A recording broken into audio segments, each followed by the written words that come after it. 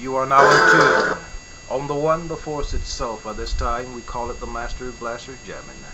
I am your host for the Underground News Network, your brother, the Rastafari, Ital Iman I. Peace. 1 year ago, tomorrow, 25th, one day before the full moon and eclipse, separated from us, robed in light, separated from us by the long night, robed in light, our brother Michael Jackson left us last year. There are a few things I'd like to speak about this afternoon. Scientists are noticing that solar activity is almost null when they know that there's a 7-year cycle, like it be calm, 11 years, I believe. And right about now, 11 years, and right about now we're supposed to be like at the peak cycle. So scientists are wondering, I read in the news the other day, they're wondering what's taking place with the sun.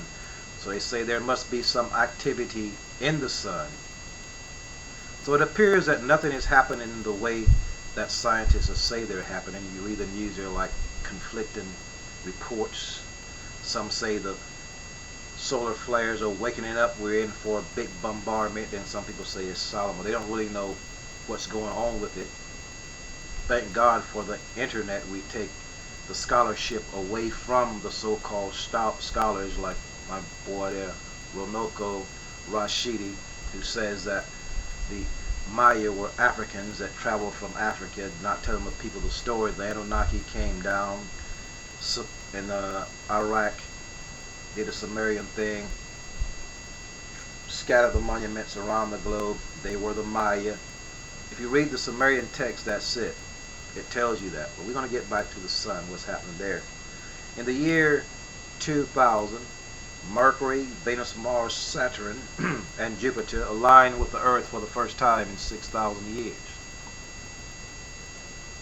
It was written by my friend Richard Noon, who wrote the book Ice to Ultimate Disaster 552,000. He has studied the Great Pyramids, and he found the mathematical codes say that when those 5 naked eye planets would align with the Earth for the first time in 6,000 years, that the poles would shift. Trillions of tons of ice and water would come sweeping over the planet. So it didn't happen. So they think. I'll tell you about it in a minute. So we hear about Y2K. Everything's going to melt down. The computer's going to stop. And solar flares are going to come down and mess up everything.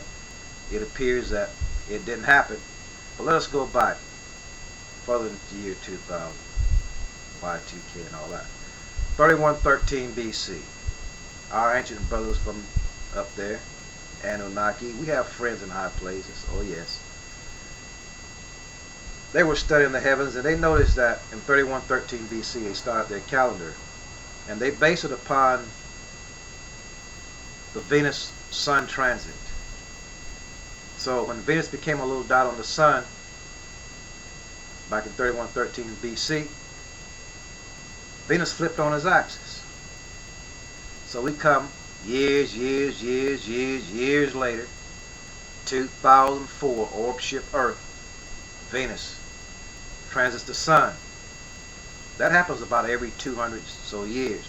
But once it happened every 200 years, that was the first one in our lifetime, June 2004. Same time they had the GH Summit, Sea Island. I was there. My news organization covered the trial, not the trial, but covered the GH Summit there in Sea Island, Georgia. Not too far from me here in American Beach and Millie Island. So that happened.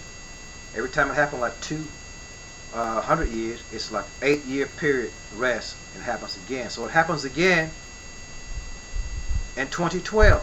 Venus become a little spot on the sun, the Venus-Sun transit. Okay, remember 3113 BC, Venus flipped on its axis.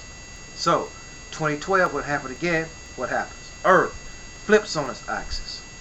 The scientists don't know quite how to read it. Okay, so 2000, Richard Newton say poles going to shift because the 5 naked eye planets will be aligned with the Earth for the first time in 6,000 years. Notice 6,000 years. 5 naked eye planets with Earth, first planet, 6,000 years. We're going to stop it right here, right? Remember what I just said. We're going to come back. We're going to make sure we do this right here. And we're going to give you a part 2 of this.